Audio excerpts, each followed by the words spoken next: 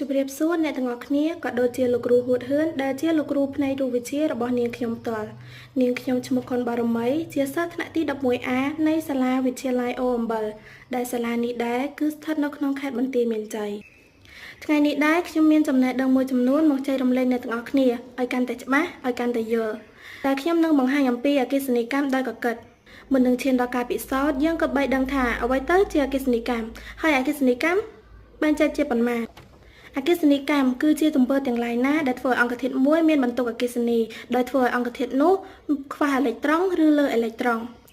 ហើយអគ្គិសនីកម្មមានចែកជាប៉ុន្មានអគ្គិសនីកម្មបែងចែកជា3គឺអគ្គិសនីកម្មដោយកកិតអគ្គិសនីកម្មដោយប៉ះនិងអគ្គិសនីកម្មដោយឥទ្ធិពលដោយក្នុងថ្ងៃនេះដែរខ្ញុំនឹងបង្ហាញអំពីអគ្គិសនីកម្មដោយកកិត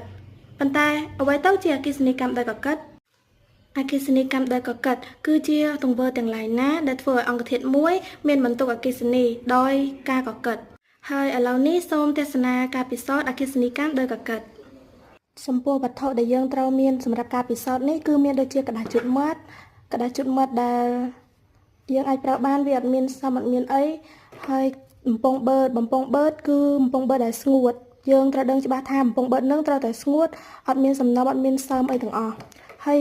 ចុងក្រោយនោះគឺយើងត្រូវមានគឺกระดาษអីក៏បានដែរអ្នកនរគ្នាកាត់វាទៅកាត់ឲ្យតូចងាយស្រួលក្នុងការពិសោធន៍ឥឡូវចូលមកដល់ការពិសោធន៍ទាំងអស់គ្នាការពិសោធន៍នឹងយើងត្រូវយកបំពង់បឺតនឹងមកទៅដោះជាមួយនឹងกระดาษជូតមាត់ដែលយើងត្រៀមទុកឲ្យមិញនឹងយើងទៅដោះវារួចហើយយើងយកមកដាក់ពិសោធន៍យើងមើលឃើញថាពេលដែលយើងដាក់ចិត្តទៅគឺกระดาษតូចៗដែលយើងកាត់នឹងវា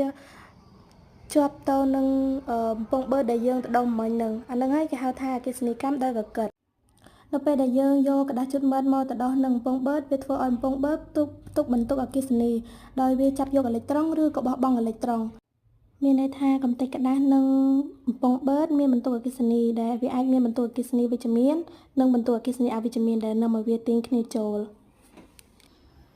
ជាចុងបញ្ចប់នាងខ្ញុំសូមថ្លែងអំណរគុណអ្នកទាំងអស់គ្នាដែលបានចំណាយពេលវេលាដ៏មានតម្លៃទស្សនាវីដេអូមួយនេះ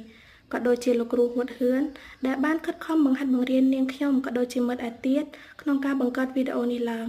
ខ្ញុំសង្ឃឹមថាវីដេអូមួយនេះនឹងជួយអ្នកទាំងអស់គ្នាឲ្យយល់ដឹងកាន់តែច្បាស់អំពីអគ្គិសនីកម្មនិងអគ្គិសនីកម្មដោយកកិតសូមអរគុណ